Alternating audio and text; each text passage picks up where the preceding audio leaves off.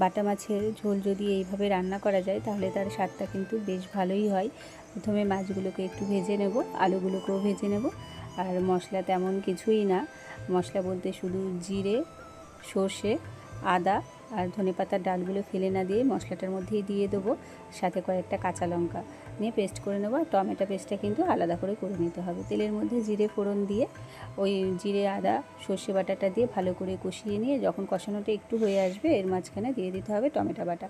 তারপর টমেটো বাটাটাকেও দিয়েও কষাবো। যখন একটু তেলটা ছেড়ে আসবে এর মধ্যে ভেজে রাখা আলুগুলোকে দিয়েও আমরা ভালো করে কষিয়ে নেব।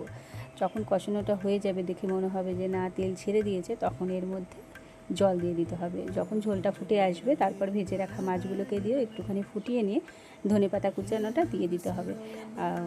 তবে সত্যি বলতে মাছের ঝোলটা কিন্তু ভীষণই ভালো লেগেছিল গরম ভাতে খেতে। আর তোমরা একবার অবশ্যই ট্রাই করো মাছের ঝোলটা কেমন হয়েছে। যদি ভালো লাগে তাহলে আমার চ্যানেলটাকে সাবস্ক্রাইব করে দিও, অবশ্যই জানিও কেমন।